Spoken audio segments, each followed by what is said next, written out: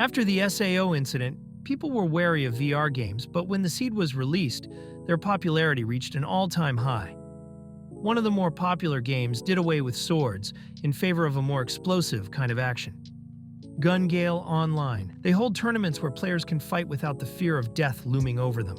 A new team-based competition called Squad Jam is taking place, where 23 teams of 2 to 6 players go head-to-head in a battle royale. LM, a team comprised of Len, a small girl with her pink bunny drip, and M, a large man with more practical tactical gear, are dropped into the middle of the woods. M tosses Len a poncho since her clothes stand out way too much as they get their bearings. A satellite scan reveals that they're at least a kilometer away from the other teams, so M says they should head south to the urban area. He tells Len to get down when he hears a 5.56 and SMG going off in the distance, figuring that the two teams have found each other. He tells her to take point without engaging. She makes it to the edge of the woods where he orders her to stop. Another SAT scan is about to go off. They happen every 10 minutes but only reveal the team leader's position. Len notices a team of 5 across the highway.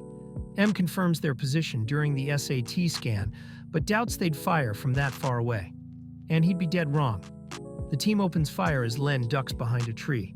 M deduces they're using 7.62 rounds, with one firing 5.56. They should run out of ammo and stop to reload soon. He tells her to stay put. They won't be able to penetrate the thick wood. The team stops firing when one gets picked off by a sniper, followed by 2 more. M heads to Len's position. He sees the other team and figures they will make their move. He tosses her a scope to watch the action. 4 guys in full combat gear begin making their way to the machine gunners. Their other 2 members must be snipers watching from nearby buildings given the way they're moving in on their targets. They definitely know what's up. The other team tosses a grenade and picks off the 2 remaining machine gunners. M spots the snipers rappelling off the side of the building. They're descending faster than the in-game skill allows. Clearly, they're professionals. The next SAT scan goes off, and 3 teams are moving in on the pros position. When they start firing, M and Len dip, heading for the suburbs.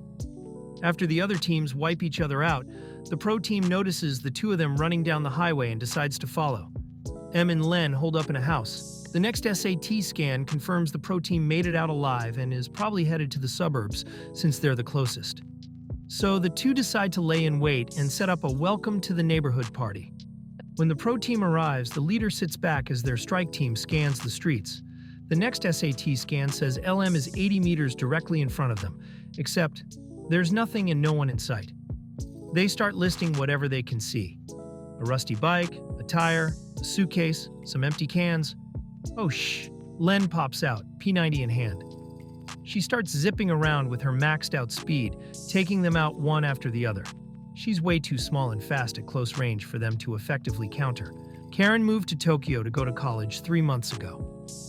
Things haven't changed as she'd hoped. She's still freakishly tall, and she hasn't made any friends yet. After hearing about VR games, she hits up her hometown friend Miyu, who's into them, to help her get started. So Miyu tells her to grab Alfheim Online, but when Karen logs in, her avatar is way too tall, and she freaks out. Miyu tells her she can transfer her character to another game. So Karen goes through a ton of different games, and when she's ready to give up, she gives it one last go and transfers Len to GGO. Finally, she's tiny and cute. Perfect. But she has no idea what kind of game it is. Time to take the tutorial. She's transported to a firing range and accosted by some developer's dominatrix wet dream. She teaches Len the ins and outs of GGO, gun lines, bullet circles, the whole 9 yards. After going through a ton of guns and verbal abuse, she figures out that the SMG is the gun for her. Despite the intensity of the experience, she gets on the grind, cutting her teeth on random mobs. She hits up the store for some cuter clothes and finds the RGB option. The rest is history. After setting up some traps in the desert, Len sits down to chill out. When she sees other players, the tutorial chick's advice about other players rings in her ears. In this game, it's kill or be killed, and would you look at that? It's killing time. Len pops out and fires on the unsuspecting players, not realizing that her bright pink drip blends in perfectly with the pink sand. Len starts wiping any team of players she sees, landing her the nickname the Pink Devil. One day on her grind, Len is taken off guard by another player. Apparently she's curious about the legend of the Pink Devil, and since they're both women, they might as well hang out. Back in town, she introduces herself as Pito Hui and says they should register as friends. She's sick of creepy guys hitting on her. Before they log off, Pito says she knows the perfect place to get live ammo guns. The P90 in the window catches their eye. Len decides to name it P-Chan. They decide to join a two-person team and hang out whenever they're both online. One day, they start talking about real life, and Pito asks her if she can beat her in a duel. Then Len gets to pick the spot when they meet. To make it official, they gotta touch tips. It's a promise between women. On New Year's Eve 2026, Pito tells Len about Squad Jam, as opposed to Bob, Bullet of Bullets, the battle royale where single players compete to determine the best GGO player. After a Japanese player who will not be named teamed up with another until they were the only two left in the last Ba-Bi, someone got the idea to have a squad-based tournament. Squad Jam.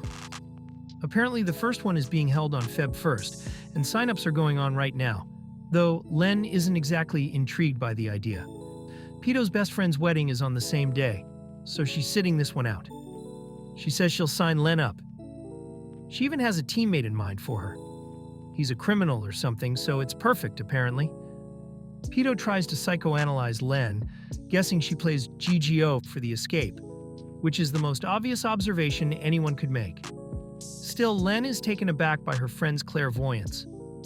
In the real world, Karen talks to Miyu, who's super excited for her, but it turns out that Elsa Kanzaki is holding a concert on the same day.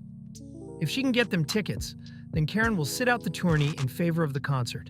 Rules for Squad Jam are pretty much identical to those of Ba-Bi, even down to the periodic scans. Miyu gets back to Karen, but unfortunately, she wasn't able to lock down those tickets. Squad Jam it is.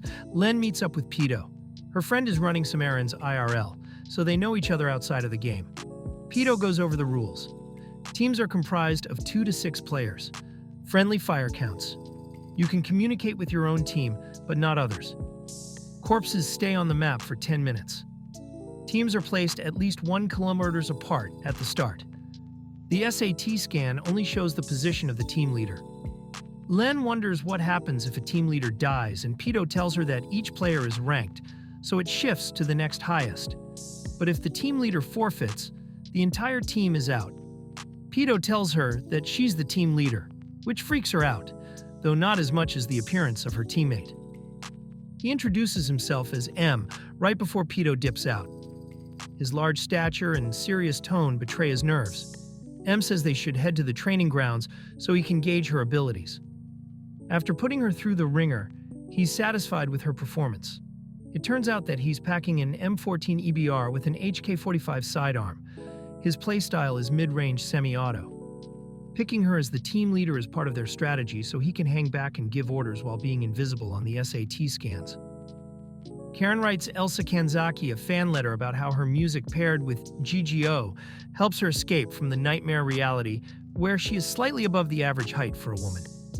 On the day of the tourney, M tells Len that Pito is going to be hella pissed if they lose, since she's way too invested in the outcome of the tournament for some unknown reason. He apologizes in advance for dropping out if Len dies. He also tosses her a knife just in case and gives her tips on how to use it, which only comes off as psychotic. After Len pops out of the suitcase during Squad Jam, the team of professionals drops out. M and Len reconvene and wait for the next SAT scan. There are only 3 teams left, one in the desert 5 kilometers away, and the other is closer but in a marsh. They wouldn't make it there in 10 minutes before the next scan. So they head for the lake to set up a trap. On the way, M spots enemies to their right, and shots ring out, hitting the ground around Len. The enemies have found hovercrafts to close the distance faster than they anticipated. Knowing they're pinned down doesn't give them many options, so M whips out his giant backpack. He brought a shield to provide cover while he snipes. It's made from some spaceship armor, according to game lore. M tells Len to draw their fire while he takes them out. Holding his breath before each shot, M fires without creating a bullet line, which happens once someone puts their finger on the trigger. With only one left, he tosses a plasma grenade into the water, sending the hovercraft flying. The final enemy player lands on shore right by Len, who proceeds to empty a full clip into him at point-blank range. Brutal. Len wonders about M's bullet lines. It turns out he aims directly without using the bullet circle. She remembers Pedo talking about the target assist baked into GGO, which helps people enjoy the game without having to learn how to shoot for real. Pedo recalled her friend who had real experience having a hard time with the system at first, but warmed up to it in time. She must have been talking about M. With only one other team left, they might actually have a chance to win. Right before the SAT scan, M pulls out a piece of paper but dismisses Len's inquiry about its contents. The scan shows the final team practically beside them. Before they can comprehend what's happening, a bullet rips, hitting Len's shoulder. M jumps into action, grabbing the little bunny and beelining toward one of the hovercrafts, but not before taking a hit to the leg himself. They make it out of range and administer some medkits to heal up. The other team determines their trajectory, packs up, and rolls out. They've got a Humvee. Since they've only got a limited amount of fuel, they head to the desert across the lake. Len reminds M about the letter he pulled out. Apparently, he was supposed to read it at 1500 hours. When he does, his countenance changes, he pulls his sidearm on Len and fires. But she's not going down without a fight. She uses her speed to turn the tables by setting his gun's safety on and pointing P-Chan at his head. M starts freaking out and begs her not to do it. He doesn't want to die. Len is confused. Of course, he'll die. That's what happens when you shoot someone in the game. But he's serious. M claims that Pedo will actually kill him in real life. Len grabs the letter and reads it, though it seems like a regular letter from Pedo, as regular as that can be. M starts laughing maniacally. She has no idea what a psycho Pedo actually is. If she says she's going to kill him, she means it. He wanted to resign since he'd be the team leader if she died. Len decides to strike it on her own. They missed the last SAT scan, so the other team is bound to be around. She starts running through the rocky terrain, only to run right past one of the enemy players. They both square off and take a few hits. Len shoots the gun right out of her hand, and before she can draw her sidearm, Len jumps over her, pumping her full of lead. The other enemy players catch up and open fire, but Len is too fast. Their leader tells her team to wound the little bunny. She wants to finish her off. Len remembers Pedo telling her to keep calm when her back is pressed against the wall. Don't let them get in your head, or advertise just how afraid you really are. She continues to book it, but gets clipped by the enemy leader, realizing they lured her into a trap. Len limps to the nearest rock. The enemies set up an LMG resting on another's shoulder. Len throws a plasma grenade behind her to cover her tracks as she runs. Though she gets away, she knows she can't run forever and thinks about what gave her the edge to survive this long. She was always in close quarters. She's too fast and small to counter at that range. Suddenly, P-Chan starts cheering her on, freaking Len out as she thinks she must be hallucinating. The enemy team searches the desert only to find Len sitting on a rock right beside them. She manages to dodge their fire while taking another out with a grenade. The leader clips Len, and she falls, dropping P-Chan. A shot rings out from somewhere in the distance, hitting a grenade on one of the enemy players' belt, taking them out and giving Len time to recover. She runs into the enemy leader, and they go head-to-head. But she gets the best of Len and fires her sidearm after pinning the little shite. She empties an entire clip without doing any damage. The scan terminal in her pocket acts as an immortal object, saving her life. Len grabs a clip from her bag and knocks the gun out of her hand. She goes for P-Chan, making sure Len can't point it her way, and decides it's a good time to introduce herself. Ava, but everyone calls her Boss. Her teammate Sophie appears, and Boss tells her to shoot them both, but M gets the jump on her. Before she goes down, Sophie tosses a clip to Boss, who catches it with her pistol. She proceeds to empty it, only to destroy P-Chan as Len uses it as a shield. With no other option, Len whips out her knife and slides through Boss's legs, cutting the inside of her thigh. She goes for another strike, and Boss pistol whips her. Len drops the knife, switching hands. She ends it by slicing Boss's neck, draining her HP to 0. The enemy sniper fires at Len, M says he's got this, and they turn to fire at each other. The bullet hits the sniper right in the forehead, and she goes down. They did it. Team LM wins. In the real world, Karen is stopped by a group of girls she passes on the way from school every day. They compliment her on her new haircut and wonder if she's a model since she's so tall. They all think it's super cool and that she's super cute. One of the other girls calls the other boss. They're all on the gymnastics team, and she's the leader. Karen dismisses it, but the girl asks to shake her hand.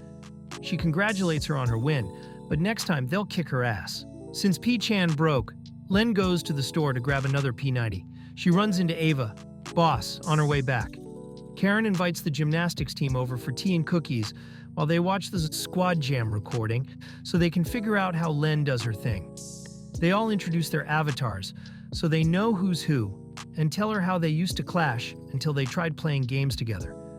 Karen says she might not enter the next Squad Jam if she finds something else to do, which disappoints the girls since they want a rematch. Since it's spring break, Karen goes home for a visit and sees Miyu, who's pumped about her win. On her way back, she gets a notification about the next Squad Jam in April. Since she won the last one, she's exempt from the prelims. When Karen gets home, a man approaches her claiming to be M. She wants to know how he even found out who she is.